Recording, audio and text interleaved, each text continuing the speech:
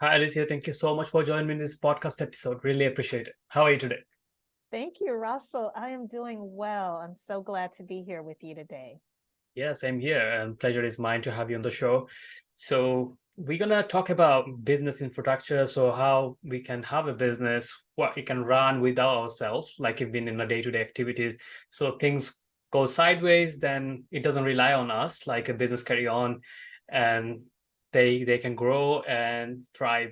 So I know like you had an experience with like illness yourself, like I had experience in it from last year, still going through the process. When things goes with our health, especially like you don't feel like the money or business or anything like worthwhile to like chase over, and you cannot do that as well. So with your experiences, like in the same time, like we have to survive, like we have to pay for our medical bills, we have to pay for our family, we have their responsibilities we have. So creating such a business where you can run itself, that'll be great to have like one problem will be like solved. Like you don't have to worry about your health, you don't have to worry about your business going out of business, and like a lot of employees you have, like how they gonna be getting payroll and etc. So if you can share about your journey, how you've fallen ill, how your business was doing that time, and then we can move forward, like what are you doing currently, so you don't have to go back to like if you fall ill again, God forbid, but your business still can survive and yeah, you can carry on doing. Sure. Well, thank you again for allowing me to share this part of my journey because I'm rarely asked to talk about it. So, but I think it's so fitting to this topic of having a business that really can run or function without you being present or having your day-to-day input. And I'll be honest with you, Russell, I myself, and I'm sure you have, we've both read books, we've attended webinars, we've attended workshops where we hear about the importance of having a business that you work on and not in. Hmm. But what does that really look like? And what's so interesting, considering the type of work that I do, I was truly forced to practice what I preach because I work with other companies, other fast growing small businesses, literally in helping them, as you mentioned, get their business infrastructure in place. And part of that means helping them figure out the people that they need on their teams, the processes that they need to document so that everyone will know what needs to be done and how to do that work. And then also the different technologies that have to be used. Yeah. What technologies can you use so that everybody has that transparency and visibility into the work that needs to be done? So all of that was put to the test on April 21st of last year of 2022, when I had to undergo surgery. And I thought I was going in for one thing, Russell, but it ended up being something else. Hmm. I knew that I had a tumor, Okay. but the doctors did not know just how large the tumor actually was. Thankfully, it was benign, but it ended up being a 10-pound tumor that I Wow. was carrying around during COVID. So throughout most of COVID, I was experiencing all of this pain. And then in true entrepreneur fashion, just trying to power through the pain and working myself into a bloody pulp sometimes. There were certain days where I could barely stand up straight. There were days that I didn't want to even get out of bed, but I had to do it anyway because I knew if I didn't work, I didn't eat, literally. Yeah. So when I was preparing for surgery, the first thing that I want to share with your audience is you have to prepare your team for the bad news because you don't know what's going to happen. Yeah. No one knows your fate.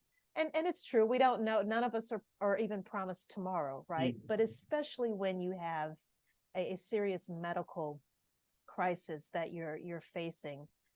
And the way you deliver that news can mean everything.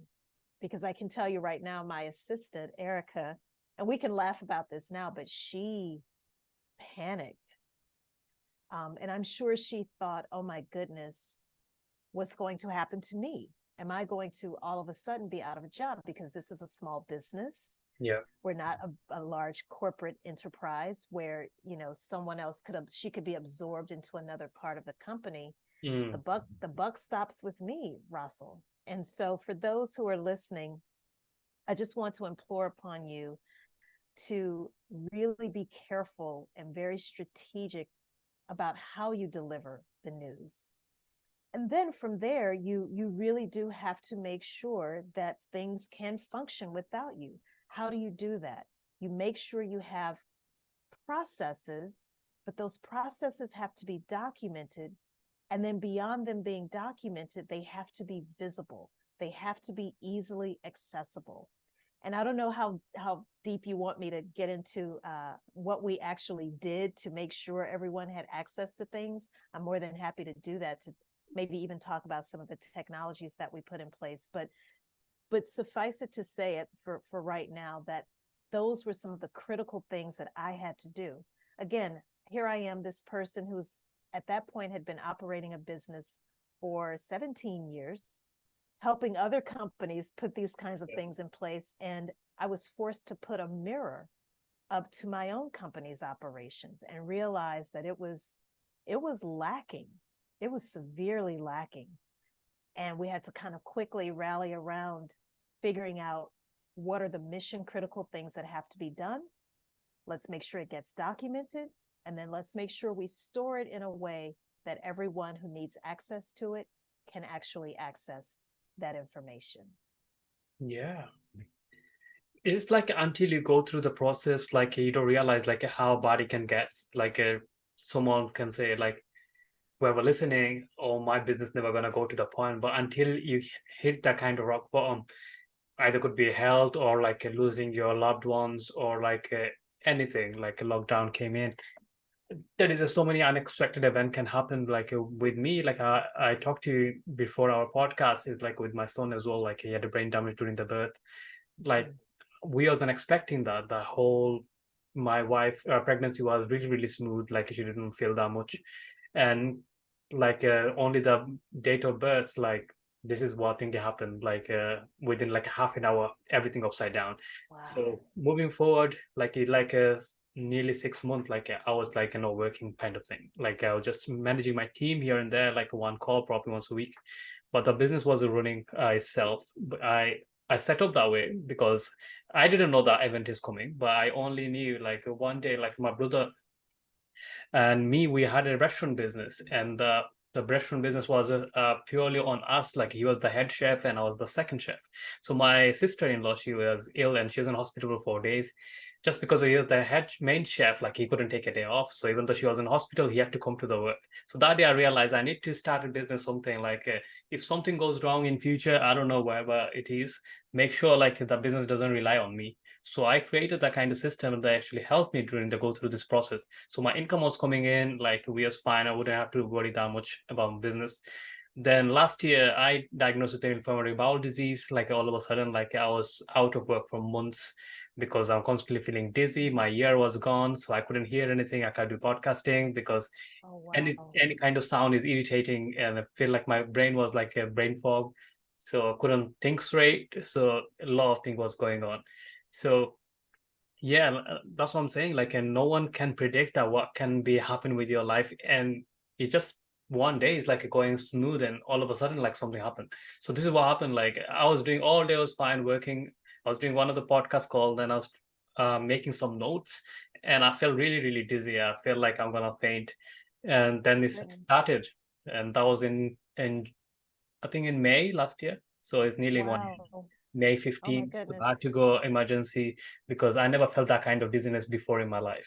So they checked everything. My iron level was really, really low, especially my hemoglobin, red blood cell. So I was losing lots of blood internally, and I didn't know about that. And that was like really, really bad. And yeah, then after that, like they put me on steroid medication, which actually healed for a short term, that system. Mhm. Then that actually imbalanced my whole hormones. I was gone, a lot of infection. The infection caused me like a ear infection, and that caused like a hearing loss for a short period of time. Mm. Then constant dizziness as well because all of our imbalance in here on the inner ear. So then that got like a general anxiety disorder. Still, I'm going through that, but it first 2 3 months was really really tough. I had to get panic attack. I couldn't go to like a social circle, like a restaurant, shopping, nothing. Like going for a walk, I used to be like scared, like walk gonna fall or trip. So even Oh, though goodness. symptom is still there, but right now doing cognitive behavior therapy on my own, so I'm like 80% better to where I was. But them days, like you can't tell like how long it's going to be, like it take you to That's heal, right. and you have to take it one day at a time. That's so And true. yeah, so I think like a planning is best. Like having the system in place. Like why if like you don't fall ill? Why if like nothing goes wrong and you wanted to sell your business? You felt like you want to travel the world, and if your That's business is right. totally rely on you, you cannot sell the business. No one's going to buy it because if they're totally on you, like if you sell it, the business goes with you as well. So you have to have the system in place. So I'd love to know more about what do you do differently right now, like in your business? So, what kind of system you put in? How do you train your team? So, if you give them a brief idea, so that'll be great. Sure. Well, we refer to everything you just talked about as putting in place a business infrastructure. And business infrastructure is really just a system, Russell, if you think about it, for linking the people, the processes, and those tools and technologies all together such that whenever there is a change in one of those areas, you automatically understand the impact that it has on others. For example, if there's a change in a technology that you're using, this happened with so many of us, especially during Yeah. COVID, we were forced to start doing more things digitally. Well, as you start to change from doing something perhaps maybe more manually to completely doing it digitally, what impact will that have on the processes that you're using? For example, we're on a podcast right now. Let's say if before, when you first started your show, I know you started it in 2020 during COVID, but let's just say hypothetically that you actually used to have an in-person studio that guests would come into. Mm. Well, all of a sudden they can't come now, and you have to start using recording tools like Zoom or a screencast to actually record your videos. So what impact does that have on your process, your podcasting process, in addition to the other people behind the scenes who may be helping you with different elements of producing a podcast episode? So that's what I mean by that infrastructure. What does that actually look like? And you never look at those elements, the people, process, and tools and technologies in isolation of the others, because it's all interconnected. So I have a framework that I've been using. Gosh, I've been in business now for 18 years. Hard to believe. But there's a framework that I've been using for about the past 15 or 16 years. I even wrote a book about it. But it starts off with literally being able to answer the question, what work needs to be done? Mm. And going through a really rigorous brainstorming exercise to really figure out what are all of the activities that you and other people on your team might be performing. I'd like to mention something, Russell, if it's okay with you, Yeah. because I know there's so many people out there who are solopreneurs, Yeah. and they may be thinking, well, none of this applies to me. Or, gosh, if there were a fire, if there was a flood, some type of natural disaster, or if something happened to me, yeah, what would be the impact on my business? Would it just completely fold because it's just me? I would encourage you, even if it's a matter of talking to your insurance agent and making sure you have certain types of coverage when it comes to your business insurance, aside from health insurance and all the other types of insurance, and also speaking with an attorney, an estate planning attorney, because your business is it's an asset. Yeah. It is part of your estate, and it's something that I would think you would want to have protected at all costs. So again, just I think at a very minimum, if you are a solopreneur and you're listening to us right now, just make sure you talk to your attorney about those kinds of things, as well as an insurance agent who specializes in different types of business insurance, and you can have that conversation. I just wanted to make sure I got that out of the way. But from there, Russell, it's I use a lot of visual aids when I'm working with my clients to quickly help them figure out what work needs to be performed, what are all the activities that you're doing in your business, and then beyond that, who ideally should perform those different activities. Right. So as you know, when we're first starting, we're doing everything. Yeah. We're doing a significant portion of everything that needs to be done. But over time, if you're serious about growth and you have the benefit of going from not having enough customers to maybe having too many, there's high demand for your goods and services, which is a great problem to have, by the way. But that's really when you start to realize the importance of having that structure, having some level of organization, so that when you do go and recruit and add more people to your team, they know what to do and they know how to do the work. And that's where processes come into play. So it's an entire framework. It consists of 7 unique, I guess, elements, you could call it. And I have a book, like I said, where I detail, it is truly a how-to book. If you are interested in figuring out how you can actually start putting into place your business infrastructure, I would encourage people to also maybe check out the book, which is called Behind the Facade: How to Structure Company Operations for Sustainable Success. Yeah. And also, like, I think, like, you should let someone, like a significant your other, like it could be like your partner, spouse, or if it's like a brother, sibling, whoever you can trust really, really well, like give that kind of edge on the business side. Not like I'm saying Yes. like giving them on the paper and everything. Just show them like how they can do it and operate it. Well, if something happened to you and you're no longer alive, how they can took over the place, or like they would know. Because right now everything is like online businesses. Most of us like are doing, or like it making a transition. So it's not like a brick and mortar, like someone, if your son died, like a dad can go and run it itself. You know, like it's online business, so everything probably locked out in your computer system. Like let's say if you're Right. a coach, everything in your documented on like online, there is no file or anything. How someone gonna get access to it? Or like obviously your team have the access to it, but not whole thing, the whole business thing. So you have to give certain like a kind of control, like whoever you can trust, for what if something in case. But That's a and great, yeah, it depends like if you trust someone or not. And not everyone got that kind of trustworthy person in their life. that's so true. And that's an excellent point, because, you know, there's no one in my family who who's even remotely interested Yeah, in my business.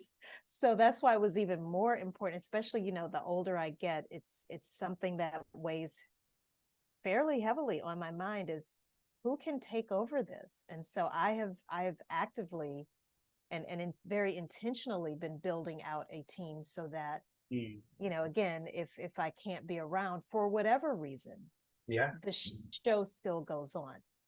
yeah, So that's just something for those who are listening right now to really think about. You know, do you truly have a lifestyle business, or do you want something that if you can't be around, again, for whatever reason, it could be that you're out on holiday, on vacation, mm, and you're just unavailable. Will things still, will everything just stop and be put on hold, or can the show go on, literally? yeah, Think about, if we think about theater, you have a play, let's say a play from Shakespeare, let's Romeo and Juliet. It's a script, mm, and that play has withstood the test of time over hundreds of years. Thousands and thousands of actors have played these different roles, but the script is the same, yeah, right? And that's kind of what processes can do for your business. So whether I perform that process, you perform the process, Russell, it's roughly going to produce the same result. mm, That's ultimately what we're getting toward, or what the end game should be. So that, as you brilliantly pointed out, if even if you want to sell, now they have a packaged, whoever that new buyer will be has a packaged product that details everything that it takes to run your business. Everything from finding an office space to uniforms, if you use uniforms, all of these different details, all of that matters. And you literally want to be able to replicate what you do over and over again. That's the end game. Yeah, that's a great example. Yeah. So yeah, Alicia, we're coming to end of this podcast. It's been a great pleasure having you on the show. And yeah, so if anyone wants to learn more about yourself, your business, where is the best place to find it? Gosh, I would say probably my personal website. And I'll tell you why I say that, because from there you can link to, I have a podcast as well called the Business Infrastructure Show. And you can learn more about the book. You can also link over to my company's website. My company is Equilibria. And you can also connect with me on LinkedIn and some of the other social media sites where I have a presence, but I'm very active on LinkedIn. And that website is Alicia Butler Pierre.com. And I have something that I can share with you also, Russell, if you would like to pass this on to your listeners, but it's like a disaster recovery and business continuity template for free. So if you think that would be of benefit, because to your point, it's not just health related, but it could be all kinds of other reasons, things that can happen that are completely out of your control. Yeah, that'll be great if you can share. Okay. Yeah, absolutely. I will definitely do that. Yeah, thank you so much for your time. It's a pleasure having you on the show. So I wish you best of luck with your personal life and your business. And thanks for coming today. I hope you have a wonderful day ahead. Thank you. You too, Russell. You're most welcome. That's a wrap, guys. Thank you so much for listening to this podcast episode. I hope you enjoyed our conversation. If anyone wants to learn more about Alicia, you can visit her website, so you can get all of the details from there, or you can connect with her on LinkedIn. So until then, I'll talk to you in the next episode. Take care.